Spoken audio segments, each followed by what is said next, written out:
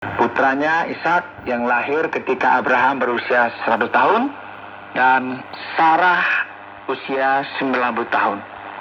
Allah melakukan mujizat dari sesuatu yang nggak mungkin terjadi.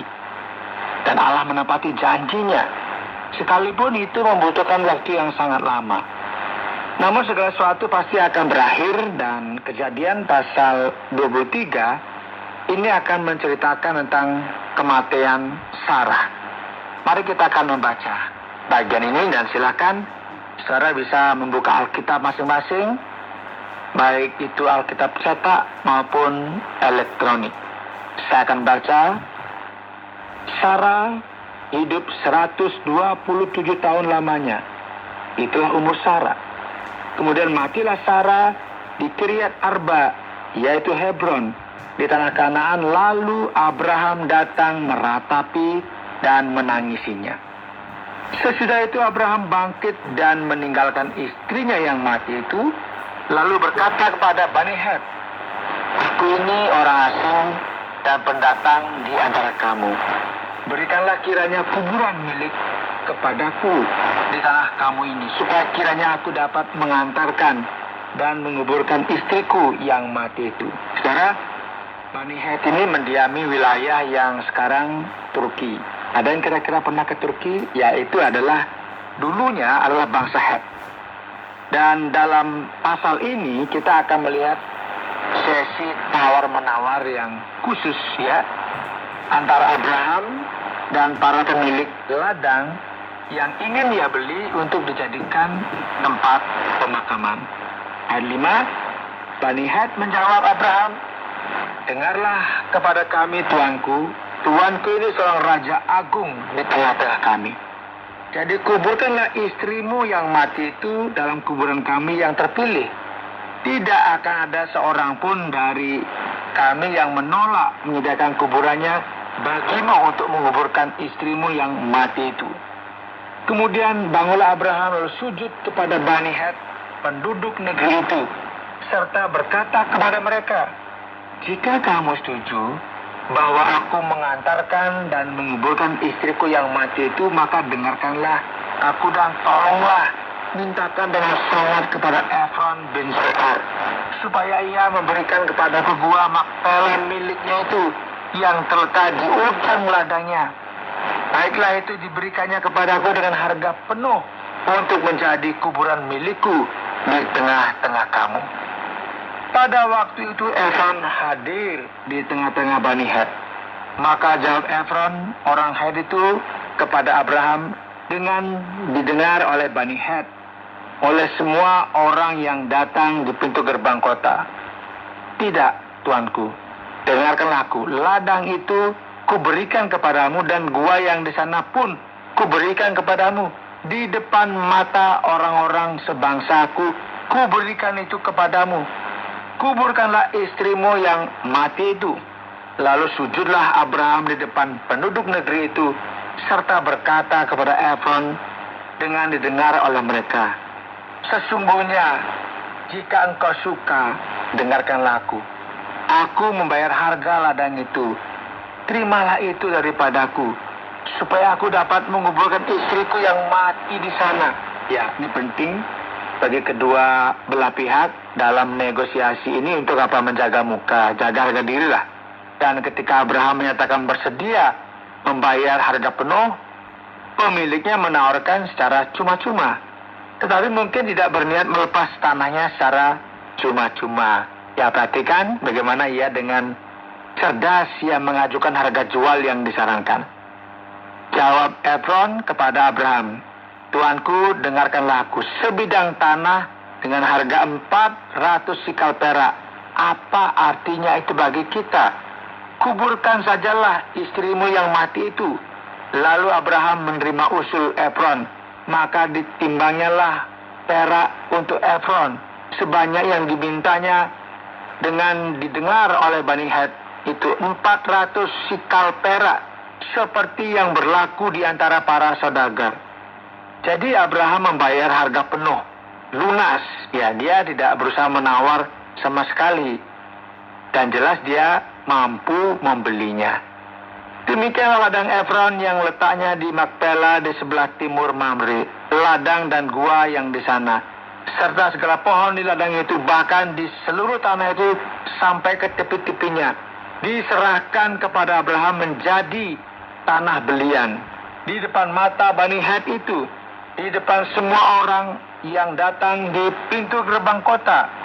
Sesudah itu Abraham menguburkan Sarah istrinya di dalam gua ladang Makpela itu di sebelah timur Mamre, yaitu Hebron di tanah Kanaan.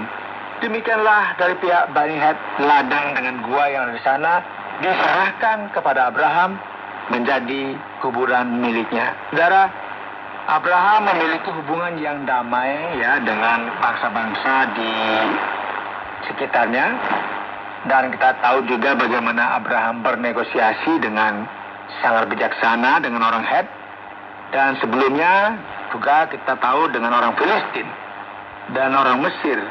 Jadi Abraham menjadi berkat bagi semua bangsa yang telah Allah tempatkan di hadapannya. Nah, Abraham yang malang, ya ini sekarang masuk ke keadaan yang sangat sedih karena harus menguburkan istrinya, harus mengalihkan perhatiannya pada masalah yang sedang dihadapinya, memilih istri untuk putranya Ishak, dan ia ingin hal ini dilakukan dengan benar.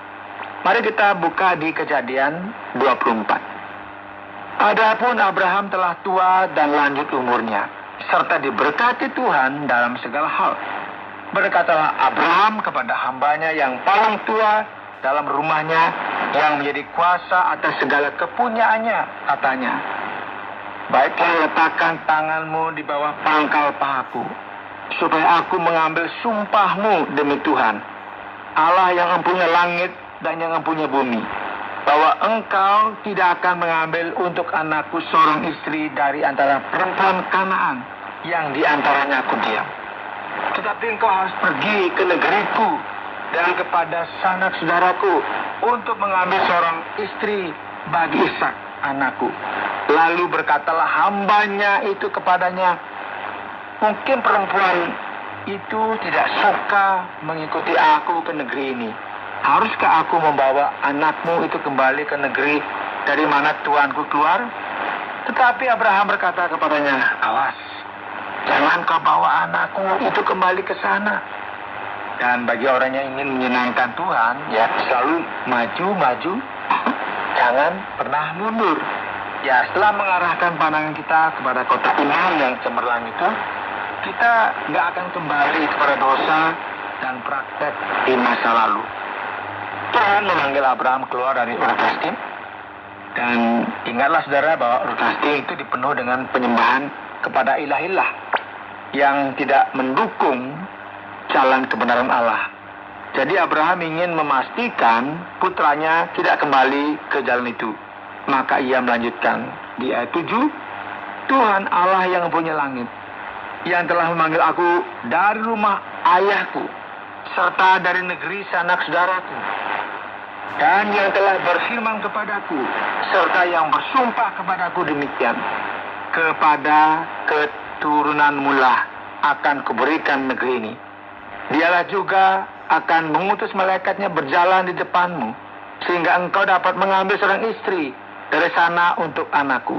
Tetapi jika perempuan itu tidak mau mengikuti engkau, maka lepaslah engkau dari sumpahmu kepadaku ini. Hanya saja janganlah anakku itu kau bawa kembali ke sana. Ya, saudara, dengan kata lain, ya tidak boleh menyeret wanita manapun sambil menendang dan menjerit dipaksa begitu ya. Ini kan hal-hal yang tidak diperkenankan hanya karena biar ini bisa dapat istri. Tidak seperti itu ya.